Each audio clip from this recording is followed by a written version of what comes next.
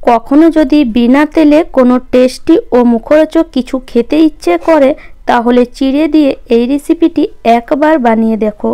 খেতে এতই টেস্টি যে তোমরা তেল খাওয়া একদমই ভুলে যাবে। আর এই রেসিপিটি একবার নয় বারবার বানাবে। তো হ্যালো বন্ধুরা, কেমন আছো তোমরা? আশা করি ভালো আছো আর আমিও ভালো আছি। তাহলে চলো শুরু করা যাক। তো এখানে আমি একটা জায়গার মধ্যে মিডিয়াম সাইজের চিড়েটা 1 কাপ নিলাম আর এটাকে জল দিয়ে কিছুক্ষণ ভিজিয়ে রেখে দেব।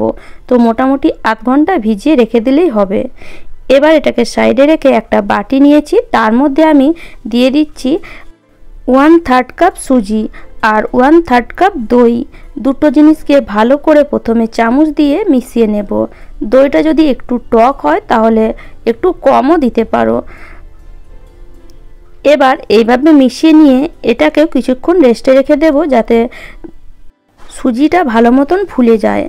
এবার আমি একটা চাটনি তৈরি করব, তার জন্য একটা মিক্সি জারে নিয়ে নিচ্ছি ডেসিকেটেড কোকোনাট, কিছুটা পরিমাণ ধনেপাতা নিয়েছি, কাঁচা লঙ্কা আর এখানে নিচ্ছি ভাজা ছোলা আর 2 চামচ মতন দই দিয়েছি, একটুখানি কারিয়া পাতা, সামান্য জল আর নুন দিয়ে ভালো করে একদম মিহিন করে বেটে নেব।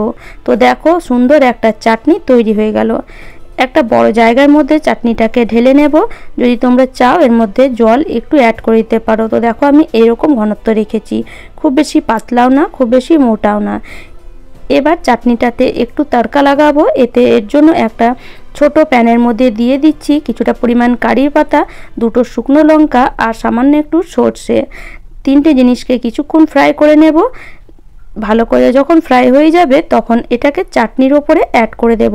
এতে চাটনির টেস্টটা একদমই বেড়ে যায় আর খেতে খুবই টেস্টি লাগে। তো চলো, চাটনি আমাদের রেডি। এবার চিড়েটা ভিজিয়ে রেখেছিলাম দেখো কতটা ফুলে গেছে। চিড়ের যে এক্সট্রা জলটাকে এটাকে আমরা ছেঁকে নেব।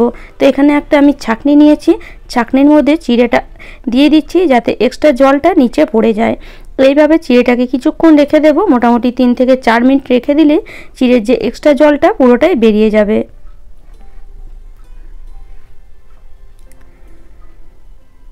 তো মোটামুটি 3 থেকে 4 মিনিট আমি চিড়েটাকে রেখে দিয়েছিলাম। দেখো চিড়ের মধ্যে আর জল নেই, যতটা জল বেরোবার বেরিয়ে গেছে। তবে হ্যাঁ, চিড়েটা একদমই যে ড্রাই হয়ে যাবে সেটাও না, একটু সামান্য জল জল তো থাকবেই। তো এবার চিড়েটাকে হাত দিয়ে ভালো করে এইভাবে প্রথমে মেখে নিতে হবে।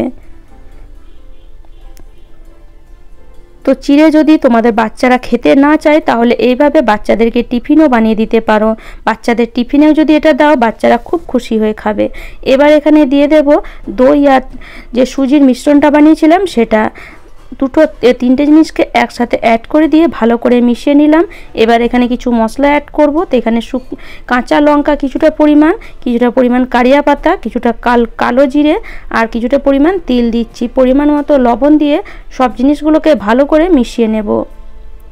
আর যদি বাচ্চাদেরকে টিফিনে দিতে চাও তাহলে কাঁচা লঙ্কাটা স্কিপ করে বাচ্চাদেরকে দিতে পারো, বাচ্চারা কিন্তু খুব খুশি হয়ে খাবে।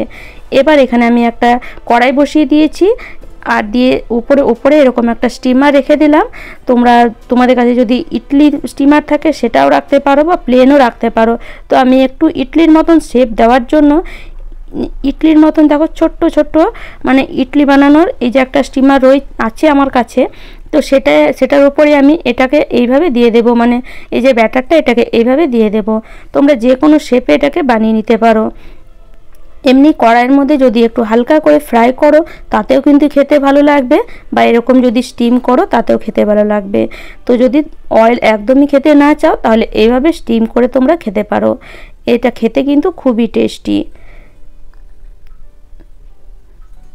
তো এইভাবে আমি সবগুলোকেই পুরো যে ছোট ছোট ইডলি স্টিমারগুলো আছে মানে ইডলির যে ছাঁচগুলো আছে তার মধ্যে দিয়ে দেব।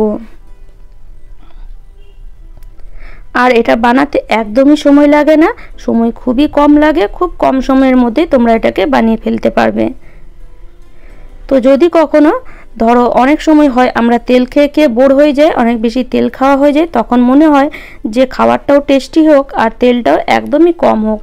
তো তখন এরকম না মানে এরকম টিফিন বানিয়ে নিতে পারো, বা যদি সন্ধেবেলায় চায়ের সাথে খেতে চাও তাতেও এটা খেতে খুবই ভালো লাগবে। তো এইভাবে বানিয়ে একবার অবশ্যই খেয়ে দেখো, তারপরে আমাকে কমেন্ট করে জানাবে যে এই ধরনের তোমাদের টিফিন বা নাস্তা কেমন লাগছে। তো চলো এটাকে ঢাকা দিয়ে দিই। তো মোটামুটি এটা সেদ্ধ হতে খুব বেশি সময় লাগে না, 15 থেকে 20 মিনিট লাগে। তো 20 মিনিট পর আমি তোমাদেরকে দেখাচ্ছি। দেখো একদমই ছেড়ে যাচ্ছে, ছাড়ানো একদমই মানে কঠিন নয়, খুব সহজে ছেড়ে যায়। তো গ্যাসটাকে অফ করে দিয়েছি। আর এবার আমি একটা প্যান বসিয়ে তার মধ্যে সামান্য একটু তেল দিয়ে দিচ্ছি কিছুটা পরিমাণ কালো জিরে, আর দিয়ে দিচ্ছি সামান্য একটু সাদা তিল, 2-3টে শুকনো লঙ্কা আর একটু কারিয়া পাতা। কিছুক্ষণ এটাকে ভালো করে ভেজে নেব। আর এই যে আমাদের মানে এই যে ছোট্ট ছোট্ট ধরো ইডলিগুলো, সেগুলো এর মধ্যে দিয়ে দিচ্ছি। তোমরা এগুলোকে যে কোনো নাম দিতে পারো। তো আমি যেহেতু ছোট্ট ছোট্ট ইডলির ছাঁচে বানিয়েছি, সেই জন্য ছোট্ট ছোট্ট ইডলি তোমাদেরকে বলছি। তো এইভাবে যদি একবার সামান্য একটু তেল দিয়ে এগুলোকে ফ্রাই করে নাও, খেতে একদম মানে এত মুখরোচক যে তোমরা বেশি তেল দিয়ে কোনো জিনিস খাওয়া একদমই ভুলে যাবে। মানে এই সামান্য একটু ফ্রাই করাতে এর টেস্ট এতই বেড়ে যায় যে খেতে অপূর্ব লাগে।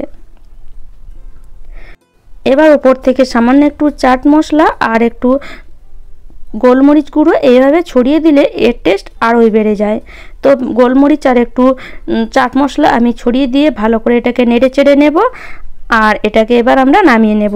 তো দেখো এর মধ্যে ওপর থেকে একটা ক্রিস্পির মতন একটা কালার চলে এসেছে, আর খেতেও কিন্তু খুবই টেস্টি হয়ে গেছে। তো চলো এবার এটাকে সার্ভ করে দিই চাটনি আর আমাদের টমেটো সস দিয়ে। তো তোমরা খালি টমেটো সস দিয়ে খেতে পারো বা চাটনি দিয়েও খেতে পারো। আর এই যে চাটনিটা খেতে এত টেস্টি হয়েছিল যে এটাকে আমরা মানে এমনি চাটনি খেয়ে ফেলেছিলাম। তো অবশ্যই বাড়িতে বানিও, আর খেতে তোমাদের কেমন লাগলো অবশ্যই আমাকে কমেন্ট করে জানাবে। তাহলে চলো আজ এই পর্যন্ত। আর আমার টিপস রেসিপি যদি তোমাদের এতটুকুও ভালো লাগে তাহলে অবশ্যই লাইক করো, শেয়ার করো, আর আমাকে কমেন্ট করে অবশ্যই জানিও। তাহলে চলো, ভালো থেকো, সুস্থ থেকো, ধন্যবাদ।